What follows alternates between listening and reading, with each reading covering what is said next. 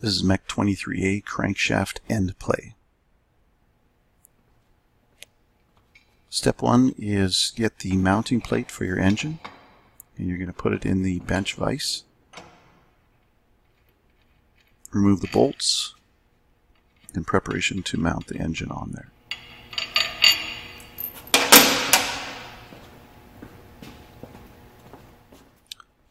So the engine has 4 holes to match. We're just going to use 2 kitty core into one another. So you'll just reattach with the bolts and the nuts.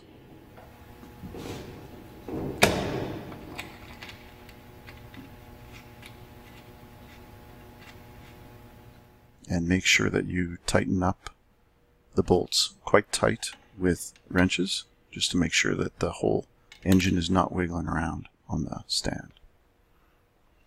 The tool you're going to use is called a dial indicator. The dial indicator has a magnetic base which has an on and off button, so you want to turn it on the on or the off depending if you want to move it or not.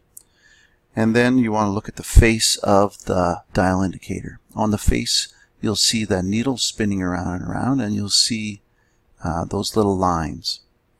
The face will tell you what the lines are. See, it says on the right decimal 001. That's 1/1000th of an inch every line. So you'll take the number of lines times decimal 001 in order to get the measurement reading. Next, you'll take your dial indicator and put the magnetic mount so that it is on, and you'll set it down so that it's not going to move. You'll adjust the dial indicator so it is up against the crankshaft. So you put it at a certain height. It might take a little bit for you to figure out how this is going to go.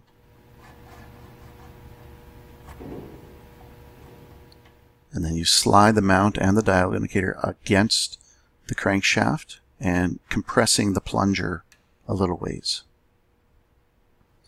Then you'll go to the other side of the engine and you'll pull on the crankshaft.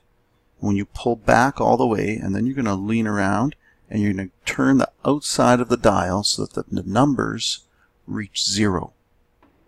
Then you'll push against and pull back. When you pull back, it should read to the 0. And then when you push against, the dial will move. You take the number of spaces that the dial moves times decimal 001.